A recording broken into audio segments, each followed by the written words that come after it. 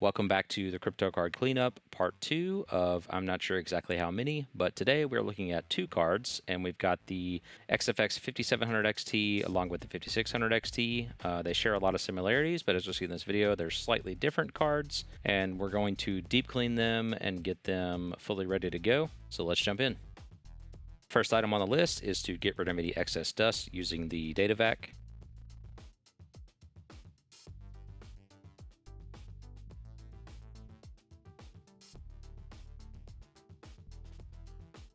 So even though these are different model cards, they do share the same exact cooler.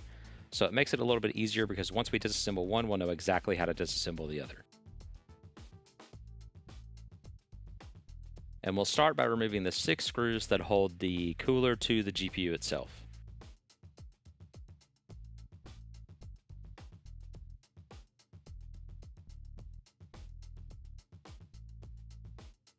And as we suspected, the thermal pads and thermal paste will have to be replaced. So I had a little bit of a scare when I pulled off the actual plastic fan header housing with the fan connection. Luckily, it all goes back together just fine, but definitely something to be aware of if you do this yourself. Next, we're removing the GPU board from the backplate.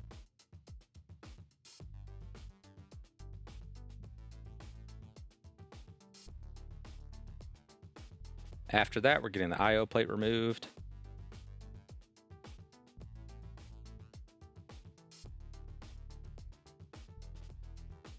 Moving on to the cooler, we're removing these old thermal pads.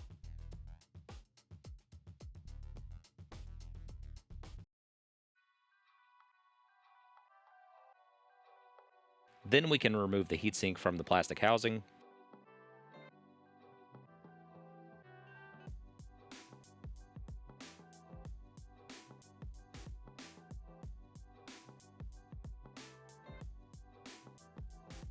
Since this entire plastic housing is going to end up in the ultrasonic cleaner, I want to remove as many individual parts as I can to make sure there's not any dust trapped and just to kind of make it a little easier to get it all cleaned up.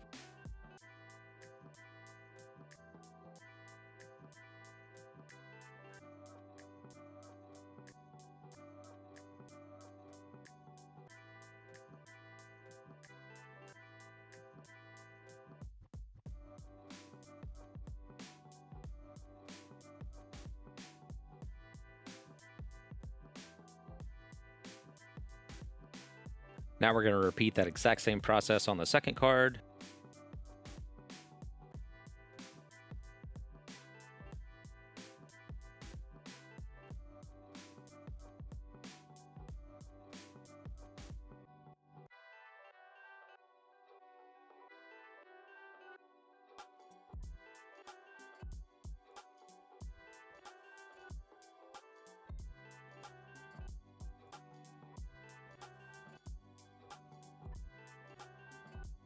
And here's our pile of plastic and metal that is going to end up in the ultrasonic cleaner.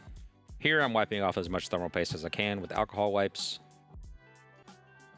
We're starting out with all the plastic pieces, including the fans and the ultrasonic cleaner with some water, 99% isopropyl alcohol, some soap, and we'll crank the heat and let this run for about 10 to 15 minutes. While that's running, we're going to grab our GPU boards and our WD-40 electrical contact cleaner and get these blasted down.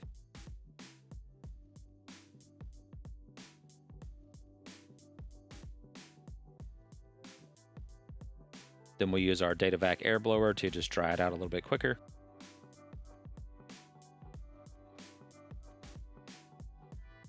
Now we're doing the exact same process on the second GPU board.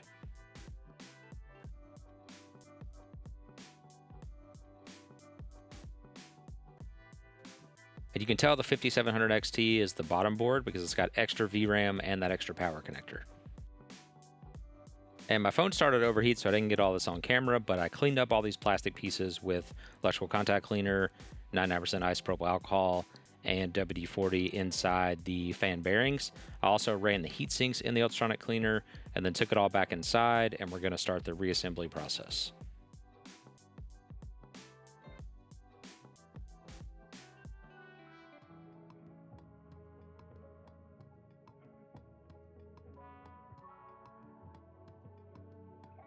And there is some slight discoloration on the plastic, so we're going to get that cleaned up as best as we can.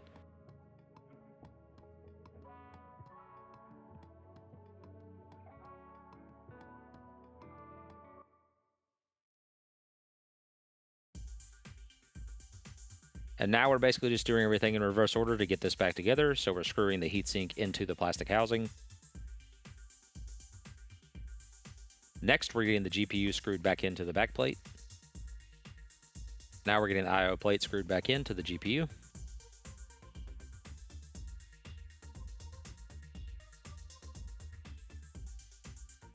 Now I'm measuring the old thermal pads to make sure I'm replacing them with new ones of the same size.